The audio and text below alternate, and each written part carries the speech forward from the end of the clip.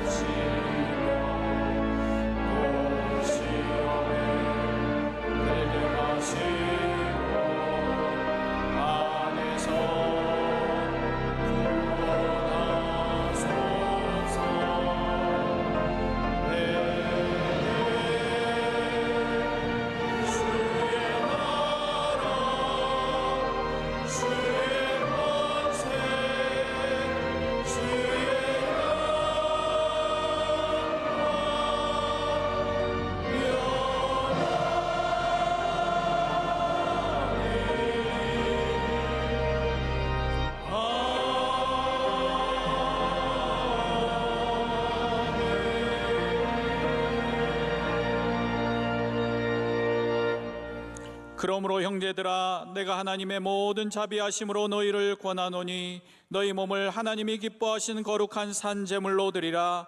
이는 너희가 드릴 영적 예배니라.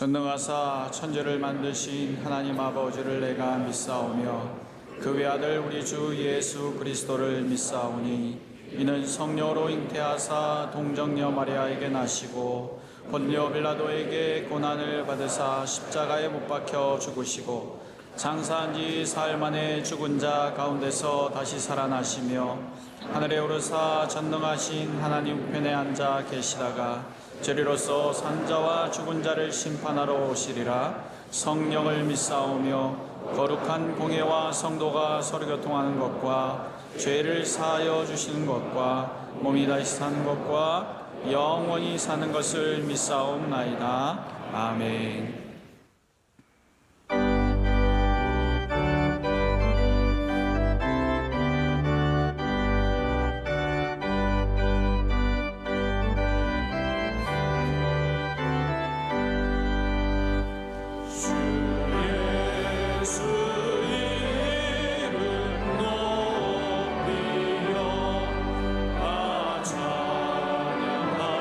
찬양하여라, 찬양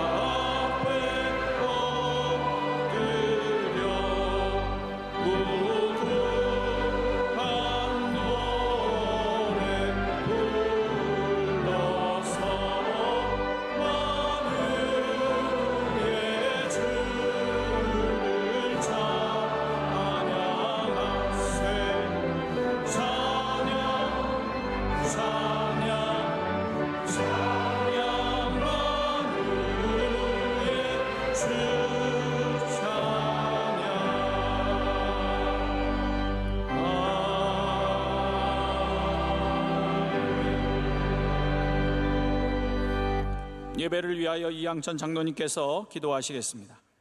사랑과 은혜가 풍성하신 하나님 아버지, 오늘도 예배로 인도하여 주심 감사드립니다. 지난 한 주간도 말씀대로 살기를 원했지만 말씀대로 살지 못하고 육신의 정욕과 안목의 정욕으로 살았음을 회개합니다. 지난날에 불순종했던 모든 죄와 허물을 용서하여 주옵소서. 오늘도 말씀을 들을 때에 믿음이 없는 자에게는 믿음을 주시고 예수님의 부활을 믿고 기도하는 모든 이들에게 또다시 한량없는 은혜를 베풀어 주시옵소서. 이 민족을 불쌍히 여기사 핵 위협으로부터 지켜주시고 남북 통일을 속히 이루어 주시어 주님을 알지 못하고 방황하는 저 북녘 땅의 동포들에게 복음의 기쁜 소식을 전하게 하여 주시옵소서. 대통령에게도 하나님을 경외하게 하여 주셔서 자유민주주의가 든든히 뿌리내리게 하여 주옵소서. 정치가 안정되게 하여 주시고 경제가 회복되게 하여 주시옵소서. 지금까지 우리 교회를 온갖 시험으로부터 이기게 하시고 승리하게 하여 이전보다 더 부흥하게 하여 주심에 감사를 드립니다. 끝날까지 사명을 다하며 하나님을 기뻐하는 교회, 하나님을 기쁘시게 하는 교회 되게 하여 주시옵소서. 존귀하신 하나님 아버지, 사랑하는 담임 목사님, 하나님께서 계획하시고 맡기신 일을 잘 이루실 수 있도록 영육을 강건하게 하여 주시고 말씀의 권세와 능력을 7배나 더하여 주시옵소서. 때를 따라 발병하는 어떤 질병에서도 안전하게 지켜주시옵소서. 오늘도 담임 목사님 말씀을 통하여 들을 때에 닫혔던 마음의 문들이 열리게 하며 주시고 성령으로 거듭나게 하여 주시옵소서. 43년 전 황무했던 이곳에 명성교회를 세우시고 원로 목사님을 보내주셔서 온 세계 복음 선교의 전초기지가 되게 하심을 감사드립니다. 사랑하는 원로 목사님, 지금도 하루도 쉬지 않으시며 농어촌 선교와 비전 선교를 통해 어려운 이웃을 찾아 구제에 힘쓰실 때 불쌍한 영혼들을 하나님께 돌아오게 하여 주시고 100배의 결실을 맺게 하여 주시옵소서. 지치지 않으시도록 육신의 강건함을 주시옵소서.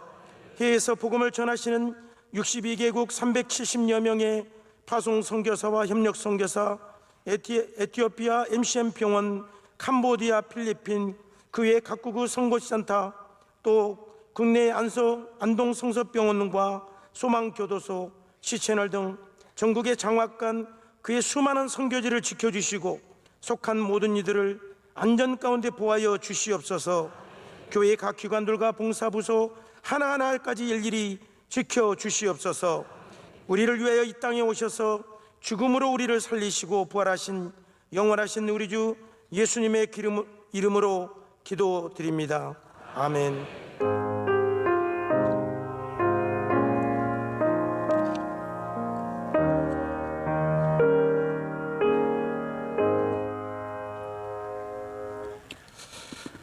오늘 우리에게 주시는 하나님의 말씀은 구약성경 느헤미야 5장 14절에서 19절까지 말씀입니다. 구약성경 느헤미야 14절에서 19절까지의 말씀을 황의영 최진희 집사님께서 봉독해 주시겠습니다. 또한 유대 땅 총독으로 세움을 받은 때 곧 아닥사스다 왕 제20년부터 제32년까지 12년 동안은 나와 내 형제들이 총독의 녹을 먹지 아니하였느니라. 나보다 먼저 있었던 총독들은 백성에게서 양식과 포도주와 또 은 40세겔을 그들에게서 빼앗았고 또한 그들의 종자들도 백성을 압제하였으나 나는 하나님을 경외함으로 이같이 행하지 아니하고 도리어 이 성벽 공사에 힘을 다하며 땅을 사지 아니하였고 내 모든 종자들도 모여서 일을 하였으며 또 내 상에는 유다 사람들과 민장들 150명이 있고 그 외에도 우리 주위에 있는 이방 족속들 중에서 우리에게 나아온 자들이 있었는데 매일 나를 위하여 소 1마리와 살진 양 6마리를 준비하며 닭도 많이 준비하고 열흘에 한 번씩은 각종 포도주를 갖추었나니 비록 이같이 하였을지라도 내가 총독의 녹을 요구하지 아니하였음은 이 백성의 부역이 중함이었더라. 내 하나님이여, 내가 이 백성을 위하여 행한 모든 일을 기억하사 내게 은혜를 베푸시옵소서. 아멘.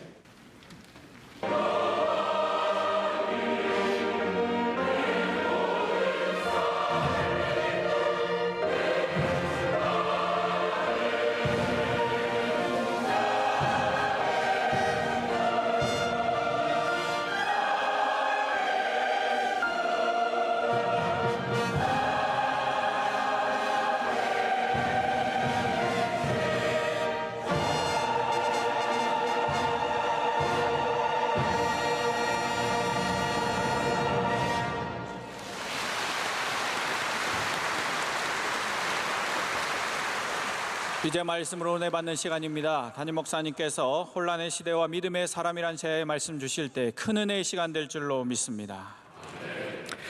네, 부활절 다음 주일인데요. 우리 살아계신 주 찬양을 들으니까 더욱더 은혜가 많이 됩니다. 여러분, 부활의 기쁨과 감격이 아직도 우리 안에 잔잔히 남아있고 계속해서 이어가는 은혜가 있으시기를 축복합니다. 오늘 귀한 찬양 우리 감사드리고 하나님께서도 영광 받으신 줄로 믿습니다. 저는 몇 주 전에 느헤미야에 대한 말씀을 전했는데요. 그리고 나서는 저희가 종료주일과 부활주일을 섬기게 되면서 제가 느헤미야 말씀을 오늘 마무리하고자 오늘 또 계속해서 이어서 혼란의 시대와 믿음의 사람이라는 제목으로 하나님의 말씀을 전하게 되었습니다. 이스라엘이 참 다사다난한 민족이고 나라인데요. 그래도 가장 혼란했던, 가장 어려웠던 때를 꼽아보면 최근으로서는 2차 세계대전 중에 600만 명이 학살당한 일이겠지만 예전으로 돌아가면 아마도 오늘 본문 말씀을 읽은 느헤미야 때가 아닌가라는 생각을 해보게 됩니다. 이스라엘의 중심이 성전이 아니겠습니까? 그 성전이 완전히 불타서 무너져 버렸고 성벽은 또 무너졌고 많은 사람들이 포로로 잡혀갔습니다. 이스라엘은 참 포로로 많이 잡혀갑니다. 애굽에서도 포로로 있었고 여기 바벨론에도 포로로 많이 잡혀가게 되었습니다. 전쟁 중에 사람들은 가난해집니다. 황폐해진 땅, 이 어려워진 땅 속에서 사람들은 경작을 할 수 없었고 그리고 땅마저 빼앗기는 일들이 생기면서 총체적인 난국을 겪게 되었습니다.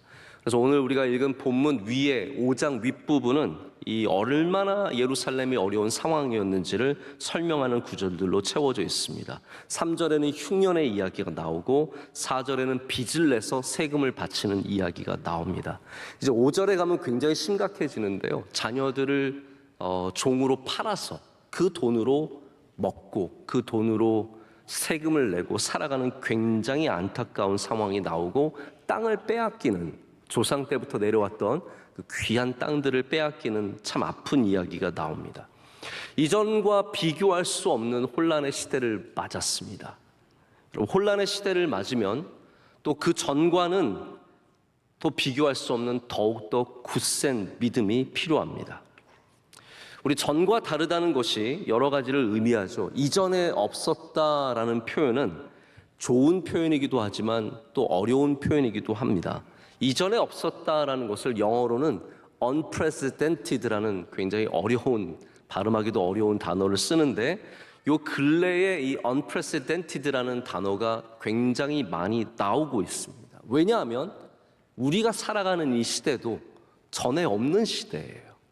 전에 경험해보지 못한 굉장히 혼란의 시대를 지나가고 있기 때문입니다. 2020년에 코로나 바이러스 19가 등장하면서 이것이 창궐하면서 서방 언론들은 대부분 이 unprecedented, 전에 없었다라는 단어를 쓰면서 굉장히 어려운 시대를 표현을 하고 있었습니다. 그 혼란이 지금 우리 살아가는 이 세상에도 여전히 가득합니다. 코로나가 끝난 것 같지만 우리는 아직도 그 그늘 아래서 살아가고 있습니다. 그로 인해서 많은 것들이 바뀌었습니다. 우리의 예배가, 우리의 교회가 얼마나 많이 바뀌었는지 모릅니다. 전과 달라졌습니다. 경제가 지금 안정적이지 못합니다. 세계 경제가 휘청거리고 있고 우리나라 경제는 더욱더 어려운 상황을 지나가면서 굉장히 혼란스러운 시기를 지나가고 있습니다. 문화가 혼란합니다. 성 정체성에 대한 논쟁이 점점 고조되고 있고요. 가정의 가치관, 부부는 누구여야 하는가에 대한 가치관은 도전을 받고 있습니다. 모든 우리가 가졌던, 지금까지 사회가 가졌던 가치에 대해서 새로운 정의가 내려지고 있고 도전이 계속해서 일어나고 있습니다. 자원은 점점 없어진다고 하고 기후는 우리가 예측할 수 없는 방향으로 흘러가고 있습니다. 혼란스러운 시대입니다. 게다가 우리는 앞으로 어떠한 어려움이, 또 다른 종류의 어려움이 닥쳐올지 모르기 때문에 오늘의 혼란함뿐만 아니라 미래에 다가올 혼란함에 대해서 우리는 벌써 마음가짐을 갖고 있습니다. 그래서 오늘 우리는 이 시간도 믿음이 필요합니다. 그리고 믿음의 사람들이 성경 말씀을 통해서 이 믿음의 사람들이 그 혼란의 시대를 어떻게 지나갔는지를 우리는 반드시 봐야 하고 우리는 그들에게서 배울 수 있어야 합니다. 이 믿음의 사람들, 느헤미야와 같은, 여호수아와 같은, 모세와 같은, 다윗과 같은 사람들이 어떻게 혼란의 시대를 지나서 그것을 넘어서고 그 가운데 하나님의 뜻을 이루고 승리하는 삶을 살았는지 우리는 말씀을 통해서 배우고 우리도 이 혼란의 시대를 넘어설 수 있는 믿음의 사람들이 되기를 간절히 소망합니다. 자, 느헤미야는 어떠한 사람입니까? 여러분 가운데는 상식적으로 느헤미야를 잘 알고 계신 분들도 계실 거고 어쩌면 잘 모르시는 분들도 계실 거라고 생각을 합니다. 느헤미야는 한마디로 말하자면 전에 없던 리더입니다. Unprecedented 리더입니다. 그는 전에 없는 혼란의 시대, 이 혼란의 상황을 믿음의 능력으로 이겨낸 사람이었습니다. 오늘 말씀은 마침 느헤미야가 자신의 이야기를 하면서 그 전에 있었던 총독들이 어떻게 살아왔는지를 전해주고 있습니다. 15절을 보면 그 전에 있었던 총독들이 어떻게 예루살렘 사람들을 어렵게 했고 그의 종자들도 어렵게 했는지를 보여주고 있습니다. 여러분, 예루살렘의 문제가 갑자기 생겨난 게 아니라는 거죠. 그 전에 총독들이 있을 때도 이 문제들은 고스란히 있었습니다. 그런데 이 총독들은 그 문제를 하나도 해결하지 않았습니다. 성벽이 무너져 있는 것을 재건한 사람도 없었고 황폐해진 땅을 다시 일군 사람도 없었고 그리고 이 위협과 이 어려움 속에서 예루살렘 성을 재건한 사람은 단 한 명도 없었습니다. 리더가 없어서 예루살렘이 어려워졌던 게 아니라는 거죠. 어려움에 관심이 있는 사람이 없었기 때문에 이 혼란의 시대에 믿음으로 이 일을 감당하는 사람이 없었기 때문에 예루살렘은 무너져 있었습니다. 여러분, 이 세상이 무너져 있음은 리더가 없어서가 아니라 바로 느헤미야와 같이 믿음으로 그 일을 감당하는, 바로 거기에 힘을 다하고 하나님을 경외하는 마음으로 감당하는 사람이 없기 때문이 아니겠습니까? 여기 총독들이 살아온 방식들이 있습니다. 여기 말씀 15절을 보면은 총독들이 어떻게 했냐면요, 백성에게서 양식을 뺏었습니다. 양식을 주는 게 아니라 뺏었습니다. 포도주를 뺏었습니다. 은 40세겔을 없는 자들에게 긁어 모아서 아들을 팔아서 은을 빼앗아 갔습니다. 그 종자들도 똑같이 굴어서 백성들을 압제했다라고 하고 있습니다. 이 종자들이라는 말이 아랫사람들, 신하들, 부하들이란 말이죠. 이 잡다한 사람들이 온갖 행위로 백성들을 어렵게 했습니다. 원래 아랫사람들은요, 윗사람을 닮아가게 되어 있습니다. 여기 압제했다는 말이 영어로는 lorded over라고 해서 주인 노릇했다라는 건데요. 우리는 좀 더 쉬운 표현이 있습니다. 요즘 한국 사회에서 많이 쓰는 표현이죠. 갑질했다, 이 말입니다. 여기 종자들이 총독들과 함께 갑질하고 다닌 거예요. 다 빼앗고 괴롭히고 어렵게 했습니다. 여러분, 이것이 우리가 리더에게서 바라는 모습입니까? 느헤미야는 전과 같이 하지 않았습니다. 그는 백성들에게 나누어 질진정 빼앗지 않았습니다. 백성들을 불쌍히 여길지언정 그들의 가정을 괴롭히지 않았습니다. 여러분, 그럼 느헤미야는 왜 그랬겠습니까? 느헤미야서가 읽기가 조금 흥미롭습니다. 왜냐하면 다른 성경과 다르게 느헤미야는 1인칭 시점으로 적혀 있습니다. 내가예요. 내가 예루살렘 성을 돌아보았다. 내가 사람들에게 협박을 당했다. 내가 기도했다. 이렇게 되어 있는데 오늘도 1인칭으로 고백을 하건대 이렇게 말합니다. 나는 하나님을 경외함으로 왜 백성들을 돌보고, 왜 일을 열심히 하고, 왜 사람들과 함께 식사하고, 왜 끊임없이 수고하고 애썼습니까? 나는 하나님을 경외함으로. 여러분에게 오늘 이러한 마음이 생기시기를 진심으로 축복합니다. 이 혼란의 시대에 나는 하나님을 경외함으로 다른 사람들과 똑같이 살아가지 않겠다라는 거죠. 그래서 힘을 다하여 성벽을 재건하는 이야기가 나옵니다. 느헤미야가 고백합니다. 내가 안 한 게 있다는 거예요. 전에 총독들은 다 했지만 나는 하지 않은 게 있습니다. 그것이 무엇입니까? 하나는 땅을 사지 않았다라고 말합니다. 여러분, 이것이 땅을 사지 않았다는 것이, 제가 여기에 대해서 할 말이 굉장히 많은데 시간상 아주 짧게만 전할 수밖에 없는데 이걸 잘 주의해서 들으시길 바랍니다. 당시 땅을 사지 않는다는 것은 단순히 투자하지 않고 돈을 벌지 않겠다는 그런 의미를 훨씬 넘어서는 의미를 갖고 있습니다. 원래 이스라엘에서 유대인들에게 땅은 누구의 것이냐면요, 하나님의 것이에요.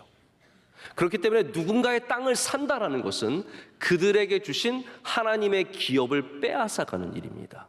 자, 우리는 이것을 성경의 한 사건으로 알 수 있습니다. 조금만 거슬러 올라가 보면 북이스라엘에 아합이라는 왕이 있었던 것을 기억하실 겁니다. 아합이 가만히 보니까 이스라엘에 있는 나봇의 포도원이 너무 좋은 거예요. 그래서 그것을 갖고 싶어서 안달이 났습니다. 잠을 이루지 못합니다. 그런데 나봇이 팔지 않습니다. 왜 나봇이 안 팝니까? 그걸 더 비싸게 팔기 위해서 안 팔았습니까?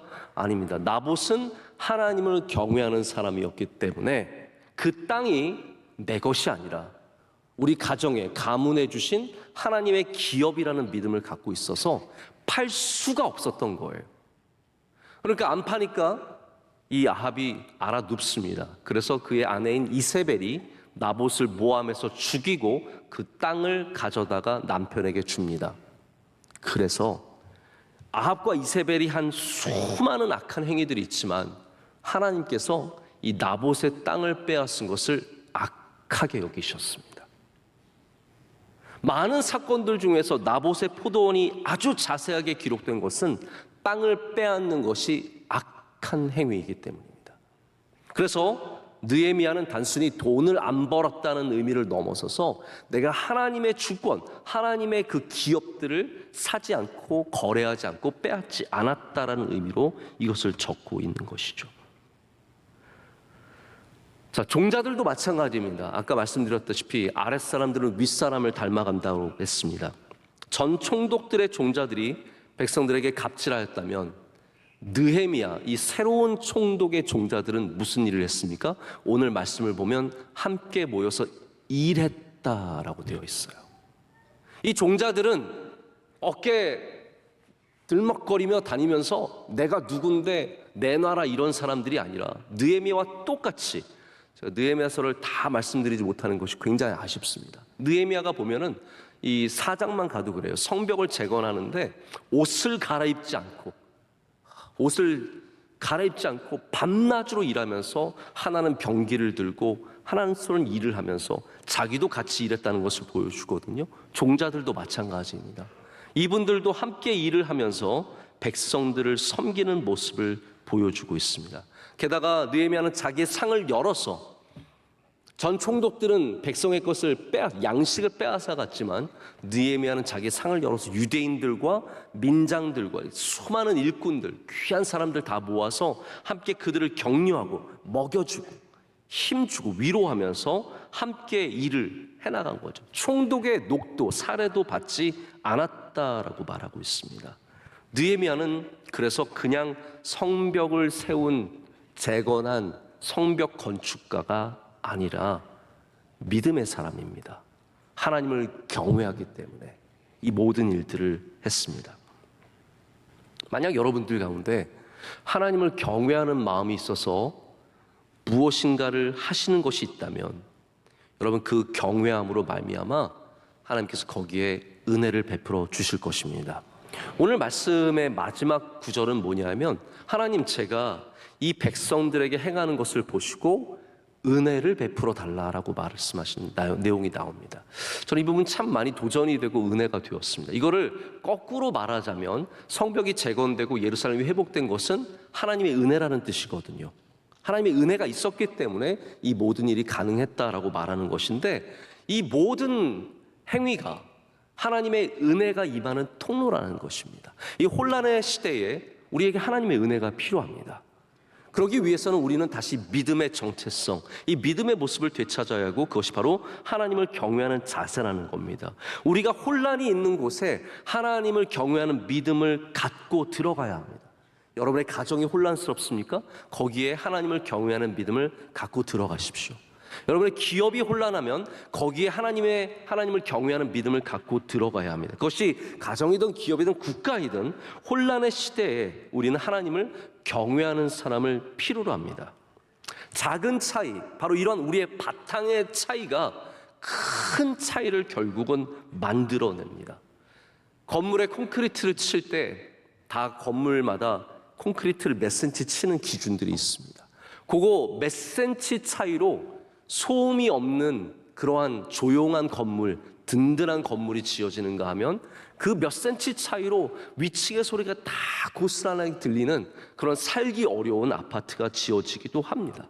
철근의 굵기의 차이가 몇 센치 되지 않습니다. 몇 미리 차이로 다 나뉩니다. 그런데 굵은 철근이 들어간 건물들이 단단하고 구조가 단단해서 지진이 오거나 어려움이 와도 흔들리지 않게 됩니다.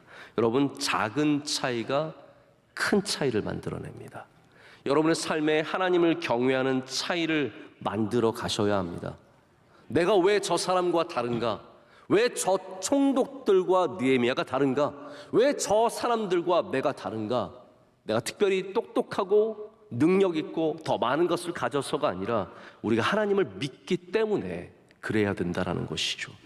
여러분, 느헤미야가 얼마나 멋집니까? 저는 느헤미야를 얼굴을 모르고 느헤미야가 어떻게 더 살았는지 잘 모르지만 전 느헤미야 정말 멋진 것 같아요. 정말 멋진 것 같습니다. 근데 그 멋짐이 우리가 생각하는 정말 화려한 멋짐 뿜뿜이 아니라 바로 믿음 때문에, 하나님을 경외하는 마음 때문에 생긴 차이라는 것입니다. 우리가 하나님의 사람이라면 우리가 하는 것이 좀 달라야 되지 않겠습니까? 야, 저 사람들 그리스도이니까 다르다. 그 말이 우리가 더 뛰어나다는 말이 아니라 우리 안에 뭔가 차이가 있다라는 거죠. 우리 안에 뭔가 다름이 있다라는 겁니다. 이 혼란의 시대에 여러분들이 그 다름을 통해서, 그 차이를 통해서 큰 차이를 만들어 가시기를 축복합니다.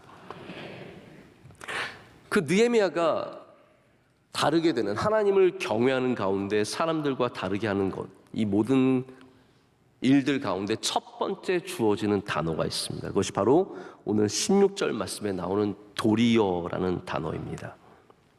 도리어 이 성벽 공사에 힘을 다했다라고 느헤미야가 말하고 있습니다. 이 도리어라는 단어는 제가 이 도리어를 오늘도 계속 말하고 생각하고 어제도 열심히 적으면서, 이 도리어는 말할수록 우리나라 말 같지 않다. 도리어 계속 말하니까 좀 이상해지더라고요. 도리어라는 말은 대신에라는 말입니다. instead라는 말입니다. 이 도리어가 성경에 굉장히 자주 등장하는 단어입니다. 특별히 구약성경, 신약성경 골고루 등장하지만 신약성경에서는 더욱더 중요한 의미를 갖게 됩니다. 도리어는 신약성경에서 우리 그리스도인들이 왜 다른지를 설명해주는 힌트가 되는 단어입니다. 제가 두 가지 예를 한번 들어보겠습니다. 베드로전서에 있는 예인데요, 하나는 3장 9절에 나오는 말씀입니다. 이렇게 적혀 있습니다. 악을 악으로, 욕을 욕으로 갚지 말고 도리어 복을 빌라. 도리어 복을 빌라. 너희가 이를 위하여 너희가 부르심을 받았으니 이는 복을 이어받게 하려 하심이라. 여러분, 이 말씀이 무슨 말씀입니까? 세상 사람들은 욕을 욕으로 갚고 악을 악으로 갚지만 도리어 너희들은 그러지 말라라는 거예요. 너희는 그리스도인이기 때문에 달라야 된다라는 겁니다. 너희의 차이는 복을 빌어주는, 도리어 복을 빌라. 할렐루야. 이게 우리의 차이라는 겁니다. 그리스도인은 다르다는 것이죠.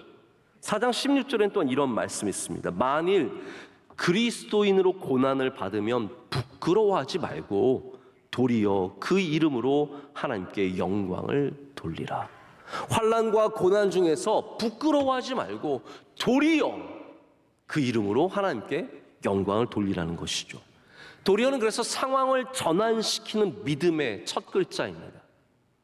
우리는 도리어를 통해서 상황이 전환됩니다. 다른 사람들이 그렇게 살아도 하나님을 경외하는 믿음 때문에 그렇게 살지 않는 것, 이것이 바로 도리어의 신앙이며, 이 혼란의 시대에 혼란의 상황이지만 우리가 믿음의 길을 걸어가는 이유입니다.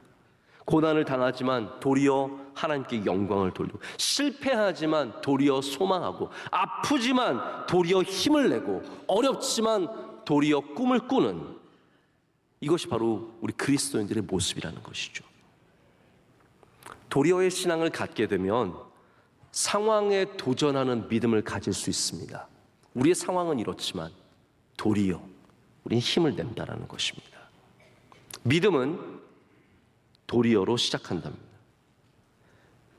전임자들은 와서 백성에게 무거운 세금을 때리고 그들의 땅을 빼앗고, 사람들은 가난과 배고픔과 약탈로 시달린 그런 삶 가운데 모두들 자기의 배를 채우는 곳에 급급한 시대에 느헤미야는 와서 모든 편안함과 안이함을 버리고 내 배를 채우는 것이 아니라 백성들의 배를 채우는 것에 모든 초점을 맞췄으며 힘을 다했습니다.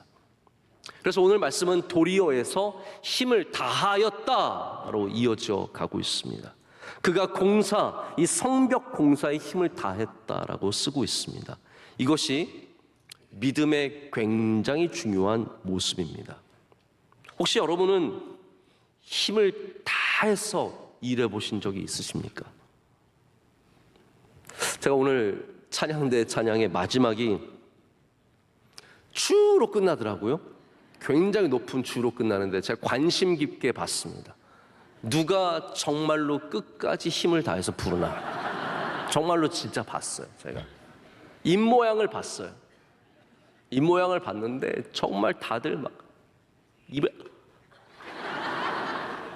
주인데도 다 입을 크게 벌리고, 주는 원래 이렇게 되잖아요. 주 이렇게 안 하시고 주 이러고 끝내시더라고요. 힘을 다. 잘하는 것만 좋은 게 아닙니다. 힘을 다하는 것이 믿음의 모습입니다. 힘을 다하는 것. 우리가 무슨 일을 할 때 시간만 때우는 것이 아니라, 남들만큼만 하는 것이 아니라 힘을 다해 보시면 거기에 기쁨이 있고 보람이 있다는 것을 알게 되실 겁니다. 근데 이 힘을 다하여라는 단어가 성경에서 믿음과 굉장히 깊은 관계를 갖고 쓰이고 있다는 것을 제가 말씀을 준비하면서 보게 되었습니다. 그래서 힘을 다하여는 그냥 열심히 살라는 얘기가 아닙니다. 이게 믿음의 모습이에요. 제가 이 모습들을 좀 여러분께 가능하면 더 시간을 내서 전해드리고 싶지만 짧게 좀 말씀을 드릴게요. 첫 번째 힘을 다하여는 야곱이 한 말입니다. 그래서 성경에 가장 먼저 힘을 다하여라는 단어는 야곱이 썼어요. 근데 여러분 아시겠지만 야곱은 속이는 사람 아닙니까? 우리는 야곱에 대해서 저도 사실 굉장히 편견을 갖고 있고, 야곱은 속이는 사람. 그런데 그렇지 않더라고요. 야곱이 힘을 다하는 사람이에요. 하나님과 씨름할 때도 힘을 다하여 하잖아요. 이 사람이 굉장히 힘을 다하는데 전문가적인 기질을 갖고 있어요. 어떤 사건이 있냐면요. 부모님 이제 아버지한테 장자권을 받고 나서 형이 무서워서 도망을 가지 않습니까? 그래서 외삼촌 라반의 집에 갔어요. 그래서 가자마자 만난 사람이 라헬이었어요. 라헬을 보고 첫눈에 반해가지고 그 집에서 열심히 일을 하고 살게 되는데, 하나님이 좀 약간 유머스러운 구석이 좀 있으십니다. 그래서 속이는 야곱에게 더 잘 속이는 라반을 붙여주신 거예요. 라반이 진짜 잘 속이는 사람이에요. 그래서 라헬 준다고 기다려봐라 했다가 언니부터 주고, 충격받았을 텐데 또 야곱이 정신 차리고 또 계속해서 일해가지고 또 다시 계속 반복되는데, 어떠한 내용이 나오냐 하면 야곱이 말하기를 라반이 자기에게 품삯을 10번을 속였대요. 이게 사람이 그 정도면 진짜 금방 때려치고 나갈 것 같은데, 나중에 야곱이 그 집을 나가기 전에 라반의 아들들에게 하는 말이 있습니다. 그게 이제 창세기 31장 6절의 말씀인데 이렇게 말합니다. 그대들도 알거니와, 이게 아들들이에요. 그대들도 알거니와 내가 힘을 다하여 그대들의 아버지를 섬겼거늘. 자, 보십시오. 저는 이게 믿음의 모습이라고 생각을 해요. 왜냐하면 야곱이 이렇게 힘을 다하여 섬겼을 때 하나님께서 그의 양떼를 번성하게 하셨습니다. 자, 우리는 못된 사람에게는 힘을 다해서 섬기지 않습니다. 우리는 우리를 힘들게 하는 사람에게는 절대로 힘을 다해서 섬기지 않습니다. 자, 그런데 야곱을 보십시오. 자기를 10번이나 품삯을 속이고, 딸을 준다고 다른 딸을 주는, 계속 자기를 속이고 어렵게 하고 힘들게 하는 외삼촌 라반에게 힘을 다하여 섬겼대요. 왜 그렇겠습니까? 야곱이 하나님을 경외하는 사람, 믿음의 사람이었기 때문입니다. 두 번째는 우리 믿음과 직접적인 관련이 있는 쉐마의 말씀입니다. 신명기 6장 4절 5절 말씀인데 이 말씀을 우리 한번 같이 읽어보면 좋을 것 같습니다. 우리 함께 읽겠습니다. 이스라엘아 들으라, 우리 하나님 여호와는 오직 유일한 여호와시니 너는 마음을 다하고 뜻을 다하고 힘을 다하여 내 하나님 여호와를 사랑하라. 여러분, 이 말씀에는 하나님을 힘을 다하여 믿고 따르고 섬기는 것이 우리 믿음의 근본적인 자세임을 가르쳐주고 있습니다. 자, 그 다음으로 빨리빨리 넘어가 보겠습니다. 이제는 신약 성경으로 넘어가게 되는데요. 여기에는 예수님의 칭찬하시는 이야기가 나옵니다.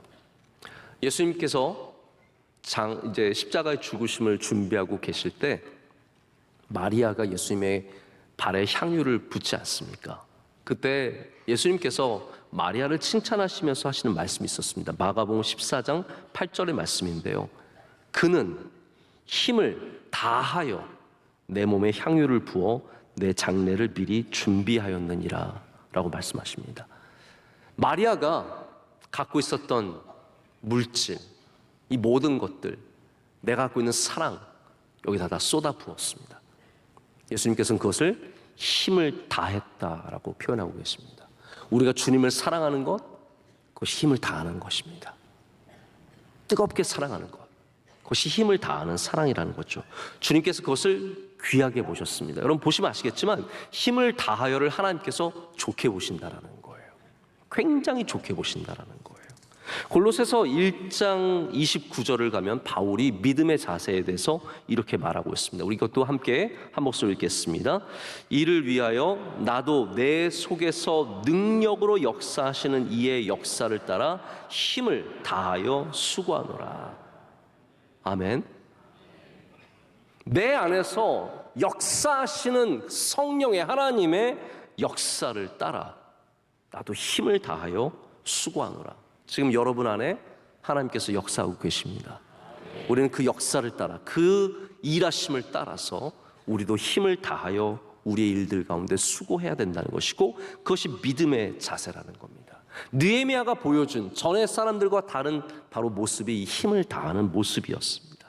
그것이 혼란의 시대를 고쳐나갔고 혼란의 상황들을 타개했고 결국은 예루살렘 성이 재건되는 놀라운 역사가 있었습니다. 느헤미야는 또한 이 혼란의 시대에 기도하는 사람이었고 경외하는 사람으로서 바로 하나님의 백성의 정체성을 붙잡고 있었습니다. 저는 늘 이제 느헤미야가 기도했던 것을 알고 있는데 오늘 말씀을 보니까 느헤미야는 경외하는 사람이기도 합니다. 그가 남들과 다르게 손수 쟁기를 들고 무기를 들고 함께 일하고 성을 지켰던 것이, 그가 오늘 말씀에 나오는 것처럼 음식을 베풀어주고 땅을 사지 않고 백성을 불쌍히 여겼던 모든 것들이 바로 그가 갖고 있는 믿음의 정체성 때문이었다는 겁니다. 여러분의 이 혼탁한 물 안으로 믿음의 정체성이 떨어질 때 이 혼란한 혼탁함이 사라지고 믿음이 깨끗하게 하는 은혜를 베풀어 준다라는 겁니다. 이것이 느헤미야가 예루살렘 성에 행한 일이었습니다. 우리는 위기를 만날 때 훈련의 시간을 만날 때, 환난과 고난을 만날 때 우리의 정체성을 반드시 귀하게 여기고 그 믿음의 정체성을 되찾아야 합니다. 여러분, 기도하시고 하나님을 경외하는 마음으로 살아가십시오. 그것이 우리가 되찾아야 하는 이 시대의 우리의 정체성입니다. 저희 교회에 자주 오셨고 또 저희 교회를 사랑해 주셨고 저도 개인적으로 많은 사랑과 가르침을 받은 지금은 돌아가신 정인수 목사님이 계십니다. 이분은 아틀란타 한인 연합 장로교회를 귀하게 섬기시다가 선교 여행을 동남아의 힘든 일정을 마치시고 한국에 오셔서 출판회를 가지시고 그 다음에 미국에 돌아가셔서 바로 쓰러지셔서 하나님의 부르심을 받았어요. 근데 그 마지막 낸 책의 제목이 진정한 리더십은 위기에 빛난다의 제목입니다. 저는 가끔 목사님 그리우면 저에게 주신 그 책을 열어봅니다. 목사님 저에게 직접 주신 책이에요. 열어봅니다. 제가 목사님 사랑도 많이 받고 가르침도 많이 받아서 그리울 때가 많아요. 근데 이 책에 보면 목사님께서 이런 고백을 하시고 이런 얘기를 하세요. 위기가 다가오면 예수님도 기도하셨다는 거예요. 어려움이 닥쳐오면 예수님도 기도하셨다는 겁니다. 그래서 목사님이 처음에 이 장로교회, 연합 장로교회 가셨을 때 많은 교인들이 이 목사님도 언젠간 금방 가겠지, 언제 가나 보자. 이제 언제 가나 보자라는 마음은 뭐냐면요, 받아들이지 못하고 아직도 거부하고 있다는 뜻입니다. 마음문이 닫혀 있는 거예요. 목사님이 그래서 성도들 일일이 찾아다니면서 저 안 가요, 저 있을 겁니다 이 말을 할 수도 없고 어려운데 기도만 하면 하나님께서 그 마음에 주시는 마음이 너는 떠들고 다니지 말고 기도나 열심히 해라, 그 말씀을 주셨대요. 그래서 그 마음을 주셔서 사모님과 함께 밤낮으로 기도로 하나님께 매달리고 붙잡았는데 그 가운데 교회가 또 교인들이 변화되기 시작하면서 목사님을 받아들이고 그 교회는 미국 남부에서 한인교회로서는 가장 영향력 있는 교회로 성장하게 되고 많은 선교의 사명을 감당하는 이야기를 제가 듣고 참 많이 감동을 받았습니다. 여러분, 위기가 다가오고 혼란하고 어려우면 기도해야 합니다. 그게 우리의 정체성이에요. 그게 우리의 믿음의 모습이라는 겁니다. 그 작은 차이가 큰 차이를 만들어내고 이 느헤미야가 뭐 대단하지 않은 술관원이 여기에 와서 이 도시를 완전히 바꿔놓고 새롭게 하지 않습니까?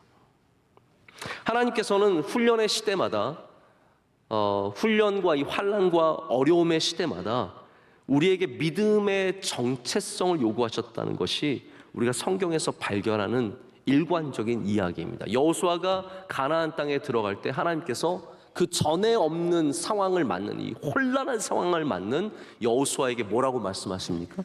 너는 우러나 좌로나 치우치지 말고 말씀 묵상하고 말씀 붙잡고 말씀 따라오라고 말씀하시거든요. 그게 무엇이에요? 혼란의 시대에 뭘 잡아야 할지 모를 때 하나님 붙잡으라는 거예요. 내가 뭘 통해서 이것을 나가야 될지 모를 때 기도의 문을 열라라는 겁니다. 이것이 바로 이 혼란의 시대를 넘어가는 사람들의 특징입니다. 사도행전 4장을 보면 초대교회가 큰 어려움을 당합니다. 바로 가장 중요한 지도자 베드로가 잡혀 들어가요. 어떻게 해야 되겠습니까? 베드로가 잡혀 들어갔어요. 모두가 혼란한 이 시대에 초대교회가 다른 방법을 택하지 않습니다. 뜨겁게 기도했습니다. 그때 다시 베드로가 풀려나가고 그리고 교회는 다시 크게 사람들이 모이고 발전하는 은혜를 얻게 되죠. 여러분, 다시 말씀드립니다. 우리 혼란한 시대를 살아가고 있습니다. 우리가 조금 잘 먹고 잘 살고 뭐 먹을 게 옛날보다 좋아졌고 텔레비전 많이 볼 수 있고 뭐 넷플릭스 있고 뭐 열면은 엔터테인먼트 있고 우리나라 가수들 세상에서 잘 나가고 그게 절대로 혼란의 문제를 해결해 주지 않습니다. 그렇다고 해서 이 시대가 혼란하지 않은 것도 아닙니다. 저는 바라기는 오늘 이 말씀을 통해서 여러분들이 이 시대에 느헤미야가 되시기를 축복합니다. 대단한 거 아닙니다. 여러분이 총독되라는 말도 아니고요. 믿음의 정체성을 갖고 믿음의 사람이 되시라는 거죠.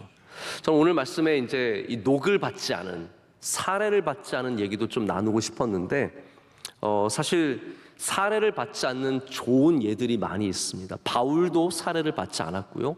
그리고 뉴욕의 시장이었던 블룸버그도 사례를 받지 않았습니다. 1달러 받았나? 뭐 그래가지고 잘 알려져 있죠. 저는 근데 제가 이제 그 말씀을 오늘 시간상 나누지 못하는데 오해는 하지 마십시오. 자기는 사례를 많이 받아야 하니까 뭐 그 얘기하기 힘드는가 보다. 저는 여러분께 솔직하게 말씀드릴 수 있어요. 저는 사례를 받아야 살 수 있습니다. 꼭 주십시오. 체불하지 마시고 꼭 주셔서 저 꼭 살아갈 수 있도록 도와주시면 좋겠습니다. 그런데 그 이야기는 나중에 또 따로 여러분께 나눌 수 있는 시간을 갖도록 하고요. 우리 이 시대가 어떤 분들은 그렇게 생각할 수 있어요. 나는 뭐 한국 전쟁, 6.25 전쟁을 겪었으니까 혼란의 시대를 지났지만 야 너희들은 아무것도 아니지 않냐 이렇게 말씀하실 수 있는데 저는 그렇게 생각합니다. 모든 세대는, 모든 제너레이션은 각각의 혼란을 갖고 있습니다. 전쟁이 아니어도 이 시대는 여전히 혼란합니다. 재난과 대형 사고와 취업난과 고령화와 저출산과 마이너스 성장, 우리의 자녀들, 우리가 다 품고 나가야 하는 혼란이고 어려움이라는 거죠.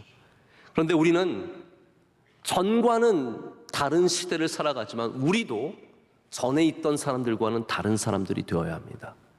그것이 바로 느헤미야가 보여주는 믿음의 모습입니다.